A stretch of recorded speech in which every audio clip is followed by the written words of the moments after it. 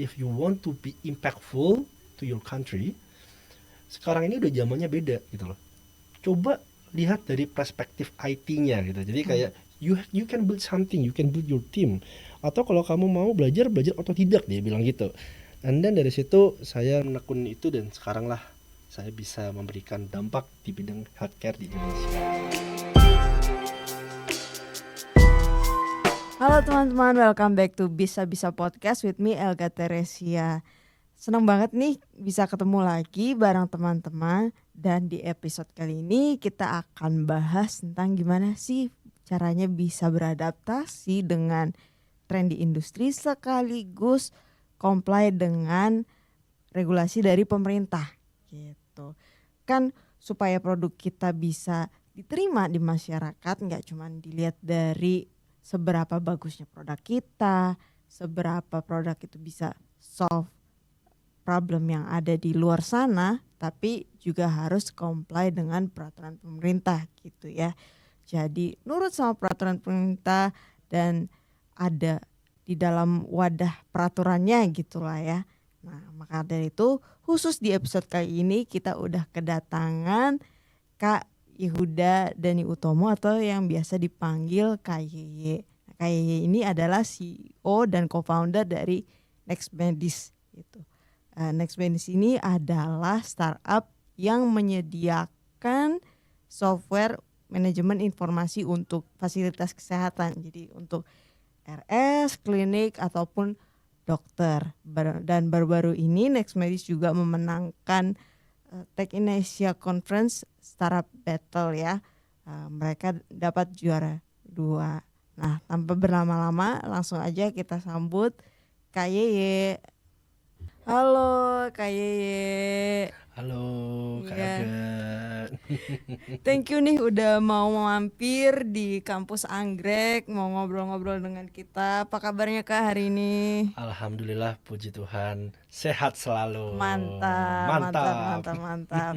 Iya, senang nih bisa ada kayak di sini, kita bisa ngobrol-ngobrol gitu kan tentang how to adapt to current trends and government regulation juga gitu kan, karena nggak bisa kita pungkiri harus juga melek sama aturan dari pemerintah. Benar sekali. Gitu. Iya. Mungkin tadi sebelum kita jump in ke temanya, aku pengen nanya-nanya nih tentang KYY ini gimana bisa tercetus untuk buat NextMedis gitu. Mungkin diceritain juga dari awalnya tuh backgroundnya KYY seperti apa. Ngomong-ngomong KYY ini lulusan BINUS online learning juga ya, walaupun sebelumnya pernah di China juga ya. Benar. University of International Business and Economics. Betul. Gitu. Jadi ini soon to be graduated ya, bentar lagi. Betul, amin. Congrats. Ya, kemarin udah juara 2 di Tech in Asia ya, startup Battle Arena. Betul. Terus sekarang mau wisuda. Mantap. Jadi binusian 100%. Iya. Kita sebutnya sekarang Beyond ya. Bukan BioL. Itu jebakan umur teman-teman ya. Nama sekarang Beyond. Oke. Oke, iya. Jadi boleh cerita dulu nih Kak. Gimana bro? Oke, mungkin ini perjalanannya panjang banget sih ya. Nggak panjang-panjang lah. Baru kurang lebih 13 tahun. Jadi 13 tahun yang lalu memang sudah aktif di bidang research. So udah join namanya INICE, dulu ada Indonesian Young Scientist, and salah satu topik yang diambil waktu itu adalah the way to cure cancer. Jadi memang back on waktu SMA ya, SMA udah join ikut competitions, olimpiade dan lain-lain, lomba-lomba. Tapi waktu berangkat ke China kita pivotnya ke e-commerce. Jadi awalnya memang mau fokus ke bidang science atau biomedical atau ke agriculture gitu, tapi kita akhirnya mutusin untuk fokus ke arah e-commerce masuknya. Jadi belajar engineeringnya juga, tapi lebih banyak dari segi bisnis side-nya. Tapi dari panjang waktunya udah pindah-pindah ke berbagai industri. Back on 2018 dapat kesempatan lah untuk masuk ke bidang dunia healthcare lagi lah. Tapi memang nggak exposure-nya langsung bikin produk di belakang layar. Nah, kurang lebih berapa tahun yang lalu, 2-3 tahun lalu ketemu dengan salah satu partner kita, Mbak Matilda, dan di situ dapat satu inside story yang sangat mengena waktu itu, yaitu dia 7 kali ke dokter di Indonesia dan 7 kali ini dia kena misdiagnosis. Oh, 7 kali tuh. Jadi dia dulu di McKinsey, dan di McKinsey itu kan kalau kita lihat mereka punya insurance yang wah gitu kan. Nah, dengan insurance yang udah juga cukup besar, pergi ke dokter-dokter terbaik, gak usah sebut nama, tapi udah cukup bagus di Indonesia, ternyata masih bisa misdiagnosis loh, dan implikasinya adalah mistreatment selama 6 bulan. Jadi selama 6 bulan itu dia dapat obat TB padahal bukan penyakit TB. Jadi pasti itu kan obat keras ya, kena ke liver, kena ke ginjal, kemana-mana. And then she chose to have another medical examinations untuk berangkat ke Singapura. Sampai di Singapura 2 hari doang ketahuan, loh Mbak Matilda kena stage 3B cancer. Dan di poin itu dia harus langsung kemoterapi gitu kan. Nah, dari story ini kita langsung dapat bahwa wow, di kota besar aja masih bisa misdiagnosis loh gitu kan. Terus apalagi di daerah. Dan sebelumnya memang saya dapat kesempatan sebagai advisor di Kejaksaan Agung, dan dapat kesempatan untuk pergi ke berbagai daerah. Dan waktu perjalanan saya ketemu dengan berbagai case yang namanya misdiagnosis itu sering terjadi. And then dari idea ini akhirnya saya angkat, bertemu dengan rekan-rekan saya, Dr. Amer, Chief Medical Officer kita, dengan Mbak Matilda. Kita mencoba untuk bangun tim ini, bangun produk ini, yang fokusnya adalah AI service ini. Next Medis ini. Next Medis akhirnya jadi produknya. Tapi menarik nih. Tapi ketertarikan untuk ke bidang health itu udah jauh dari dulu zaman SMA kan, Dari sebelum SMA. kuliah bahkan. Benar sekali.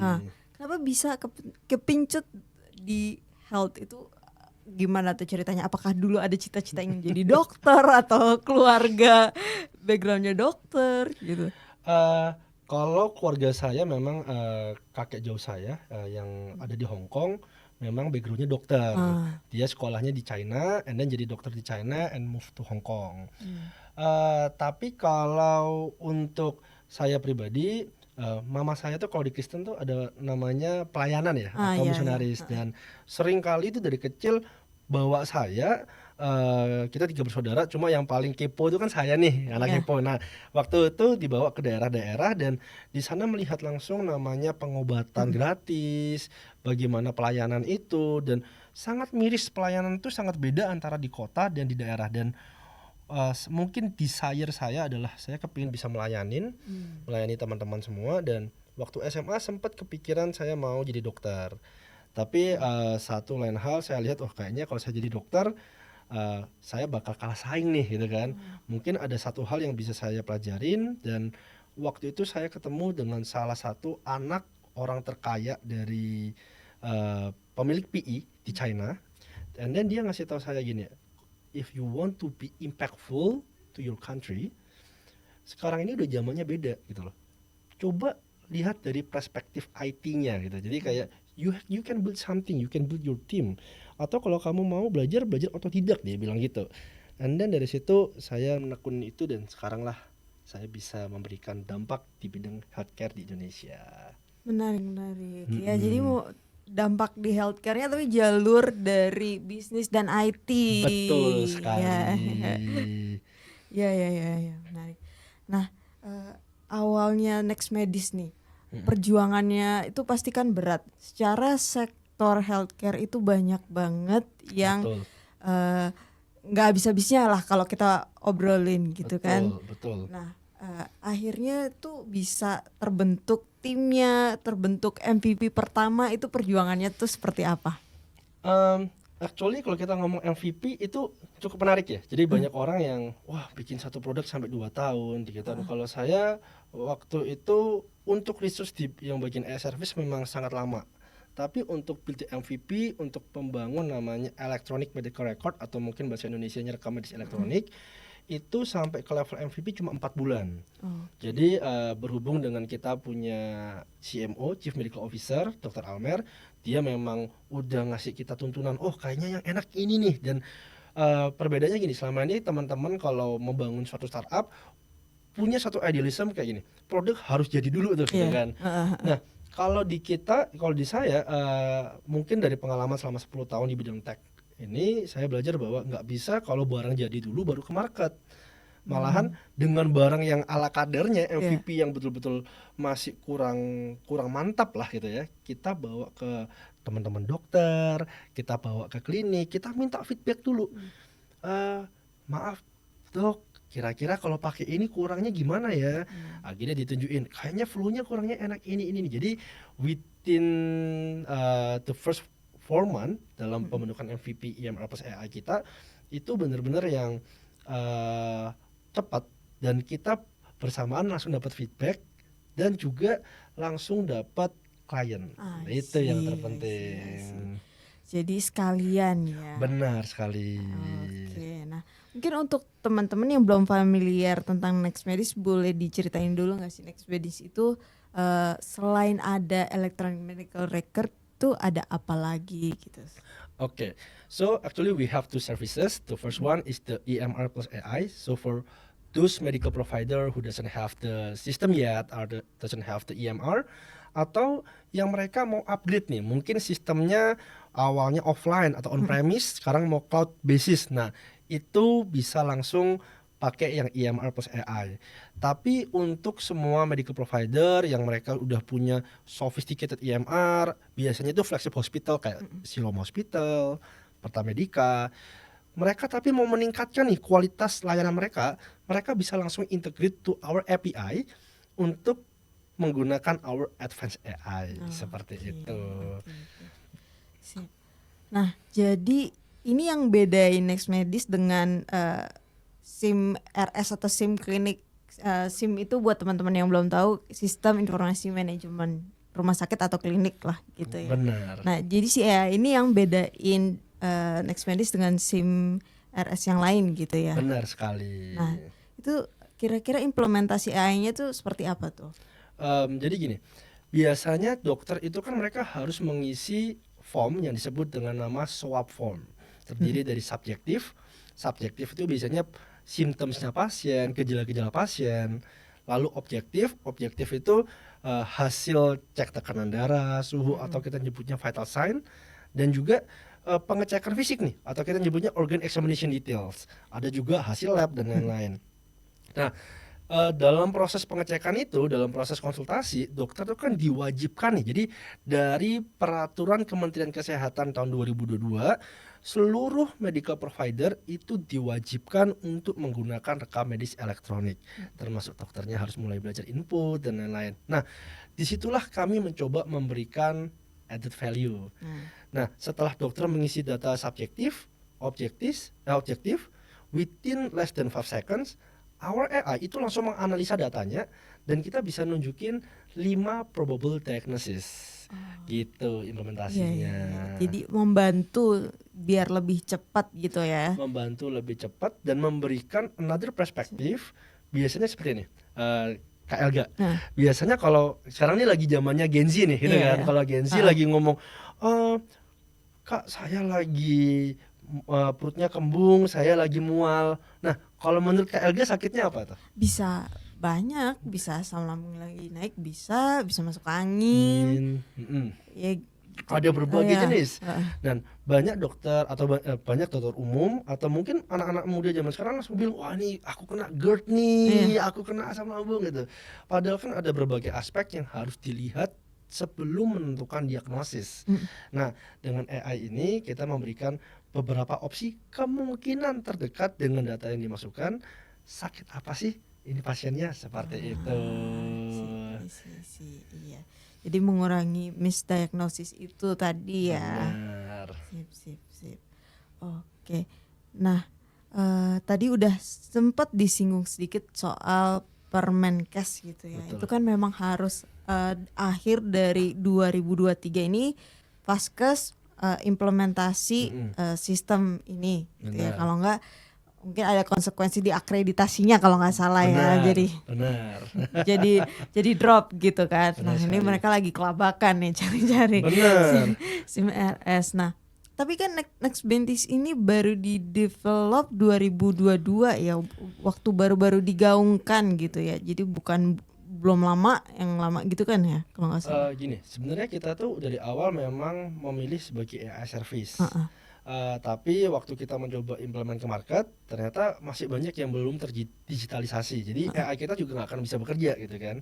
Oh. Nah, waktu 2023 awal, akhirnya Februari kita mutusin, yuk kita build MVP pertama kita tuh Februari.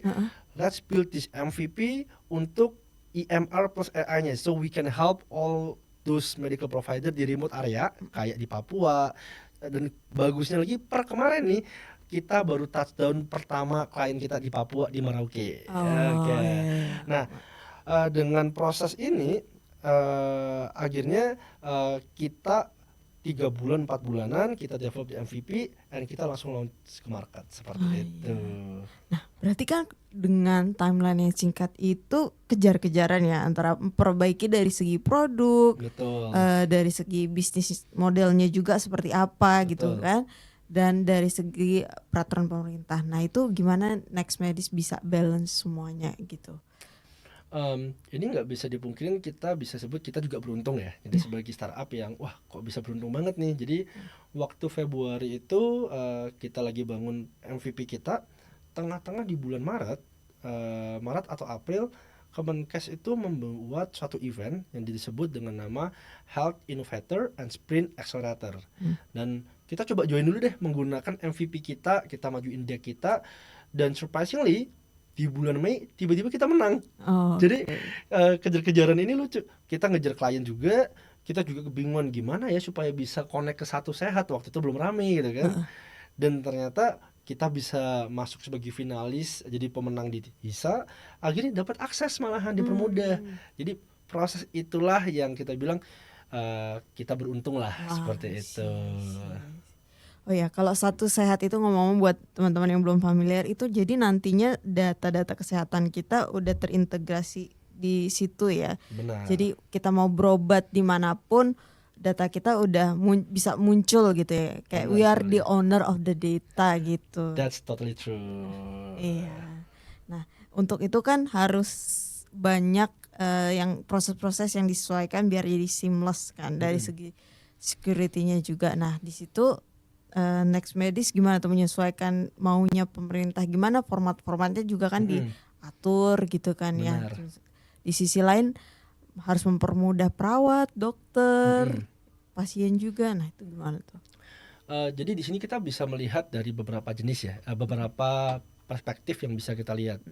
Kalau dari segi teknikalnya ada dua hal. Jadi nomor satu, kita di awal-awal memang menggunakan, ini terms teknikal ya teman-teman. Jadi kita selama ini pakai monolithic di awalnya, dan kita udah mulai mengembangkan untuk ke microservice. Jadi ketika ada aturan yang berubah atau data yang memang udah menjadi format yang ditetapkan oleh pemerintah, kita bisa langsung plug and play. Jadi kita bentuk tim sendiri untuk mengembangkan dan service untuk itu.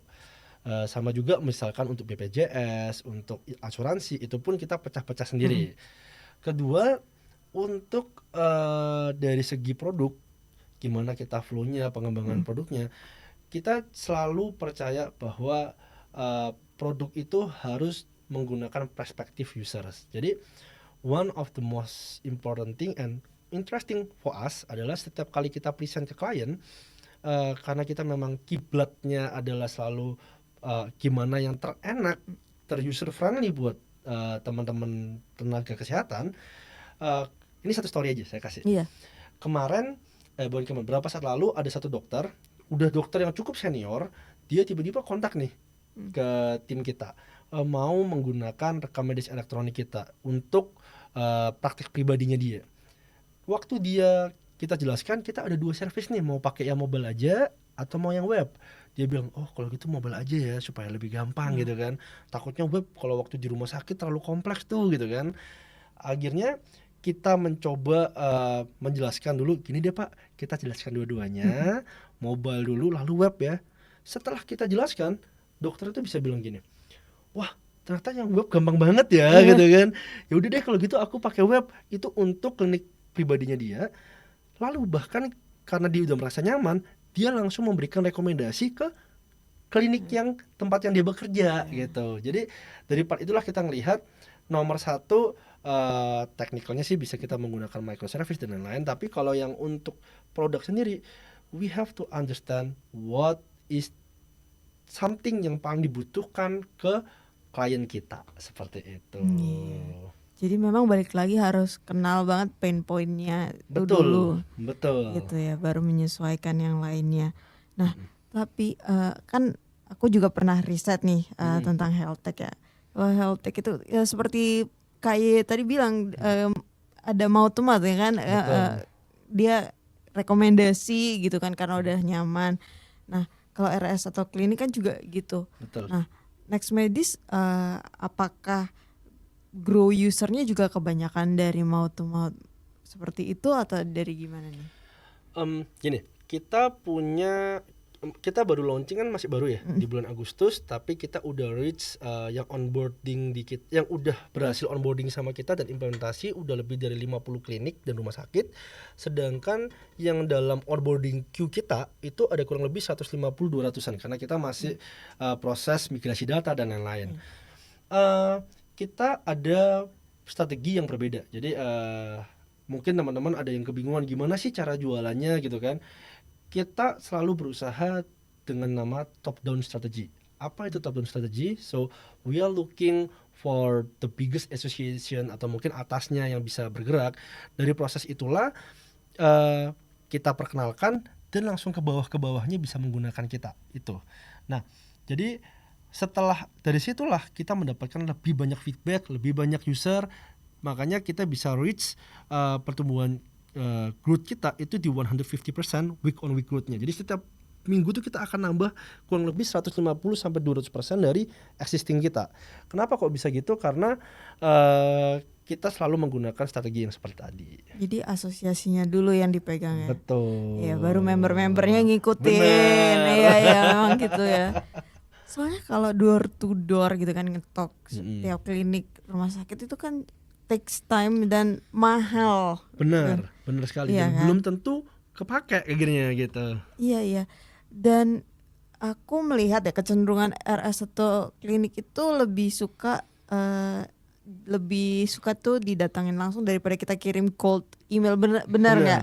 Iya. Benar. Jadi kalau mau didatengin satu-satu, bayangin aja sampai kapan dapat usernya. Benar. Iya. Jadi memang paling efisien dan efektif tuh dari asosiasinya ya. Benar sekali, 100% akurat itu.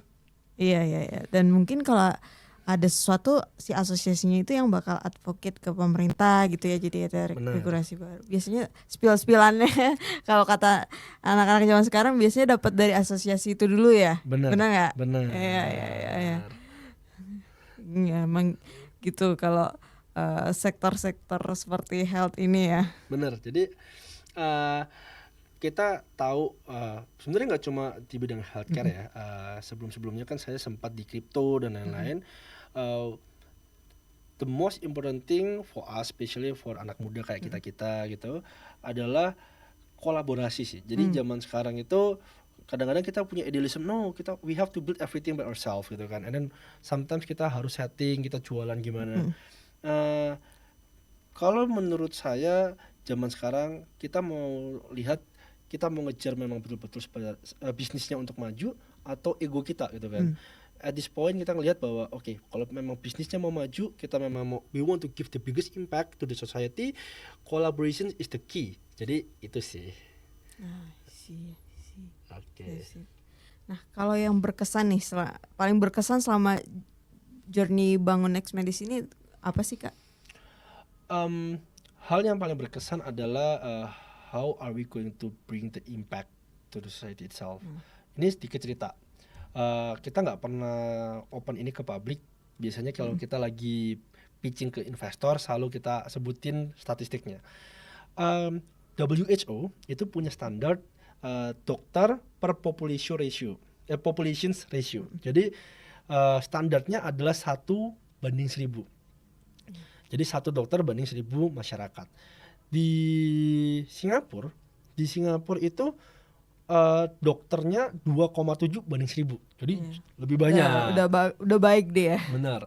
Even Malaysia is 1.7, India tuh 1.1. Jadi bayangkan perbandingan kita sebagai negara dengan jumlah yang majemuk dan sangat luas, paling gampang adalah dengan India, dengan China. China tuh udah sangat tinggi lah kalau China. India, Thailand tuh 1.3. Jadi dia udah lulus KKM ya. udah lulus KKM. Sedangkan Indonesia tuh 0.6 per 1000. Jadi kita kurang 40% nih dokternya dari standar. Dan pertama kali kita testing, sebenarnya kita bukan testing market bukan di Jakarta. Testing market kita pertama kali malah di NTT. Kenapa? Karena we want to see from suatu area yang memiliki dokter per population ratio terendah di Indonesia.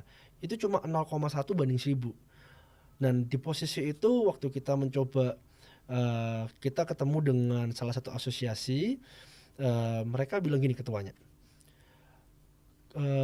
Dek, dia udah dokter yang udah sangat senior, dia bilang gini, Dek, kalau bisa udah nggak usah mikirin kickback-kickan lah. Kalau biasanya kan ada kickback tuh gitu kan. Dia bilang nggak usah mikirin itu, yang fokus adalah pelayanan. Dia bilang gitu, gimana adik bisa memberikan servis terbaik ke teman-teman. Waktu saya ditemukan dengan teman-teman dari area NTT, excitement mereka tuh sangat tinggi. Mereka bilang kayak, oh iya, hal ini sangat membantu ya, apalagi dengan dokter yang kurang, kita bisa menggunakan AI seperti ini, paling enggak kami bisa tahu arahnya seperti apa. Dan ketika mereka bisa bilang ini sangat mudah, ini membantu, bahkan memberikan impact ke masyarakat, itu hal yang paling berkesan buat kita, seperti itu. Karena akhirnya ada yang sangat membantu gitu ya. Betul untuk sekali. mereka. Tapi kalau secara infrastruktur di daerah seperti itu, apakah udah mendukung nggak sih untuk sebenarnya SIM klinik SIM RS kayak gini?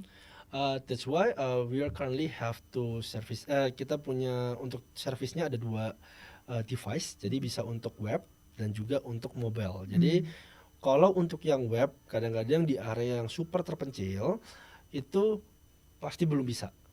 Jadi butuh koneksi internet yang stabil. Betul, butuh koneksi internet yang stabil. Jadi kami menggunakan mobile karena kebanyakan teman-teman nakes udah punya paling nggak Android yang udah mumpunin di daerah itu. Dan disitulah kami support dengan mobile. Jadi ketika ada internet baru langsung sinkron dengan service kita. Seperti itu. Tapi kalau untuk di daerah, jadi sebagai contoh kemarin kita baru reach out ke Maluku. Maluku sama di Sulawesi. Di Sulawesi itu kurang lebih ada sekitar 100 lebih yang lagi onboarding ke kita. Dan dari 100 ini di bawahnya tuh ada yang kan puskesmas nih. Di bawah puskesmas tuh ada lagi namanya puskesmas pembantu. Nah, yang nggak ada sinyal itu biasanya di puskesmas pembantunya. Jadi yang jaraknya di desa-desa, bahkan kepulauan kecil-kecil. Nah, itu yang kami bantu dengan mobile service kita. Gitu. Sip. Nah, tapi kan namanya kita develop startup pasti ada ups and downs-nya gitu ya. That's true. Walaupun kita semangat mau melayani, tapi kan pasti namanya manusia ada aja kita kadang-kala dropnya. Atau pernah nggak sih ngalamin pengalaman ketika downnya itu, atau ketika ada keraguan mungkin, apalagi ini di health tech, SIM RS, SIM klinik di luar udah banyak gitu. Pernah nggak sih dapat tanggapan ngapain buat ini, kan udah ada di luar sana, udah banyak nih kompetitornya gitu. Begini, kalau kita ngomong ada 2 poin yang mau saya sampaikan di sini untuk menjawab itu. Jadi kalau dari segi apa yang kami kerjakan sekarang, jelas kami melihat setiap kali ada nggak yang membuat kita down, pasti ada. Sebagai contoh, kita pernah ketemu sama beberapa rekan gitu, dokter. Mereka udah bilang, aduh pakai sistem ini malah mempersulit nih gitu kan, malah bikin ribet nih. Ada yang harusnya dengan sistem kita lebih mudah masih aja bilang, kita waduh kalau gini bikin beban biaya ya, kita harus hire admin lagi ya gitu kan. Padahal enggak. Nah itu memang mungkin partnya nggak sampai yang down banget kayak oh banyak kompetitor, enggak, karena kita tahu meskipun kompetitor ada, tapi yang perlu itu masih besar banget, masih blue ocean. Tapi kalau dari segi yang tadi itu yang kadang-kadang bikin sedih, aduh kenapa ya kita masih mau support dengan harga yang kita masih bantu, kok masih mengeluh, nah part-part seperti itu. Tapi mungkin part ini yang saya sampaikan ketika beberapa mata kuliah ya, kalau saya kadang-kadang diminta kuliah umum dan lain-lain mengenai building startup or MVP. As a businessman, di sini tetap kita harus melihat diri kita sebagai startup founder atau businessman. We have to understand kapan waktunya kita pivot. Jadi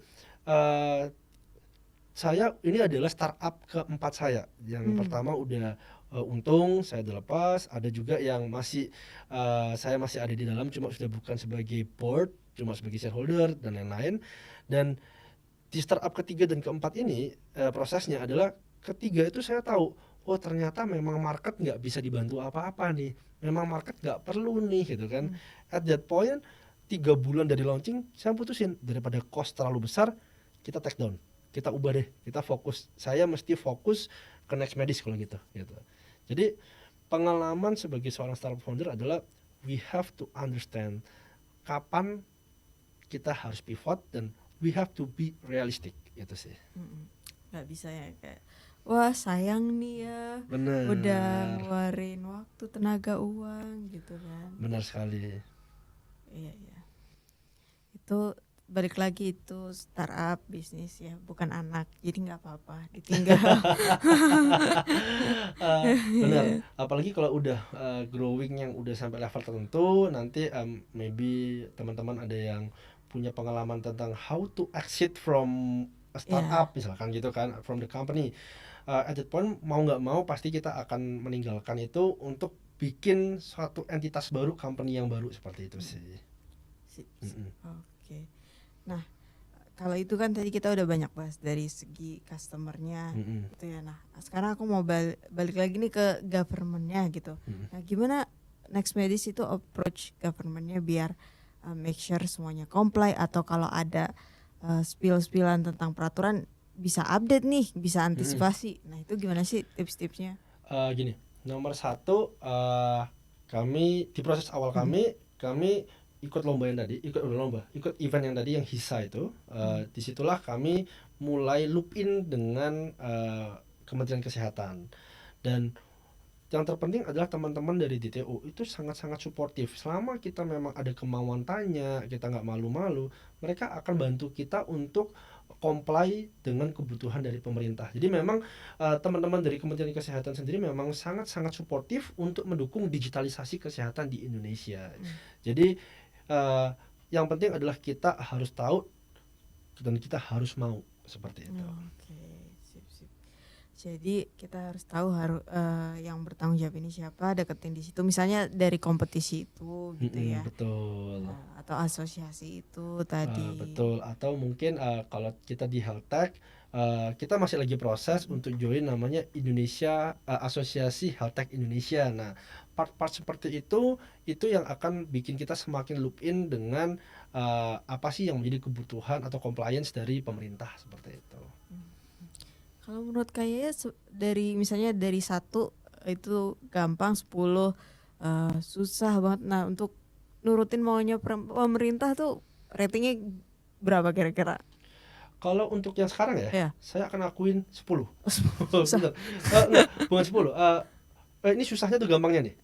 Susahnya. Oh, kalau susahnya saya akan ngomong 1. Oh, 1. Sorry, maaf saya kasih 1. Kenapa? Karena pemerintah dengan adanya apa yang dibangun dengan oleh Pak Menteri, Pak BGS, itu sangat-sangat suportif terhadap program digitalisasi. Beliau memiliki pemikiran yang sangat maju. Saya akuin ya sebagai orang yang udah 10 tahun di industri, dan saya kaget dengan aturan kebijakan yang dibangun oleh Pak Menteri dengan teman-teman DTU itu harus sangat diapresiasi. Jadi memang ada beberapa proses administrasi yang nggak bisa kayak startup langsung jump in register langsung bisa. Nah, namanya pemerintah kan tetap harus ada namanya birokrasinya ya. Jadi untuk bisa dari pusat sampai ke daerah. Tapi hal ini jauh lebih mudah jika kita bandingkan dengan 3-4 tahun yang lalu, seperti itu. Kalau nggak salah sekarang juga udah ada undang-undang kesehatan terbaru. Benar sekali. Yang teman-teman kalau yang punya startup health tech jadi punya ruang lebih banyak dan lebih diakui lah ya. Benar. Dan yang paling bagus adalah kementerian sekarang mereka sangat mengakomodasi setiap idea-idea yang ada. Jadi ketika kita bilang waduh kita nih sebagai startup baru, kan umur kita juga termasuk paling junior nih dibanding dengan yang lain-lain nih gitu kan. Di proses itu kurang lebih 2-3 minggu lalu kita bertemu dengan Deputi DTO, Deputi Chief DTO, Pak Agus namanya. Dia bahkan ngomong ke kita, wah mas kayaknya dengan adanya AI yang udah dibangun, apalagi lagi on progress dengan bangun paper, research paper dan lain-lain, bisa nih untuk loop in mulai discuss untuk regulatory sandbox. Jadi kita sebagai startup baru pun dirangkul loh gitu loh untuk hal itu, seperti itu. Istilahnya sandbox itu kayak ruang aman untuk eksperimen lah ya, untuk coba-coba untuk gitu diskusi sih. juga, untuk sebagai community kita tentang aturan bagaimana, seperti itu. Jadi memang dari kitanya lah ya yang harus bergerak memanfaatkan momentum ini gitu Benar ya. sekali. Benar sekali.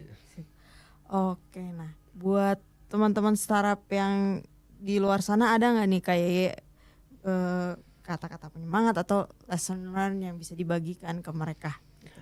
Oke, buat kita sebagai anak muda, sometimes tadi kita bilang ups and down itu normal, tapi one of the most important thing bahwa we have to know bahwa kita mau membawa impact ke masyarakat is one of the most important thing. Once kita bawa impact apapun yang dampaknya positif, kita nyebutnya adalah insya Allah masyarakat akan menerimanya dengan sangat baik, seperti itu. Oke, thank you so much Kak Yeye. Nah untuk kedepannya ada nggak nih yang mau di-achieve lagi gitu dari Nextpedis atau dari Kak Yeye secara pribadi? Kalau dari saya pribadi, dari mungkin sebagai Nextpedis aja lebih tepat ya. Actually kita tetap keep growing, kita nggak akan stop dengan apa yang kita bangun. 2024 kita lagi targetkan untuk kita launch our new service untuk predictive care plans, di mana kita akan mengakomodasi untuk farmasi dan juga medical treatment recommendations. Jadi sebagai contoh nih Kak, kakak sama saya sama-sama sakit demam gitu kan, kadang-kadang kita pakai paracetamol gitu kan, atau pakai Panadol lah kalau bahasa obat generiknya gitu kan. Tapi mungkin saya punya comorbid sehingga saya menggunakan obat lain. Nah dengan AI service itu kita bisa membantu dokter jangan sampai ada implikasi adanya mungkin something yang bertabrakan, kita nyebutnya drug to drug interactions antara obat A dan obat B, seperti itu. Good luck kayak semoga Nextpedis kedepannya makin growing, target-targetnya bisa tercapai dan bisa semakin luas jangkauannya ke seluruh Indonesia. Thank you so much Kak Yeye. Terima kasih. See you next time. Teman-teman juga terima kasih. Udah stay tune. Bye. Bye.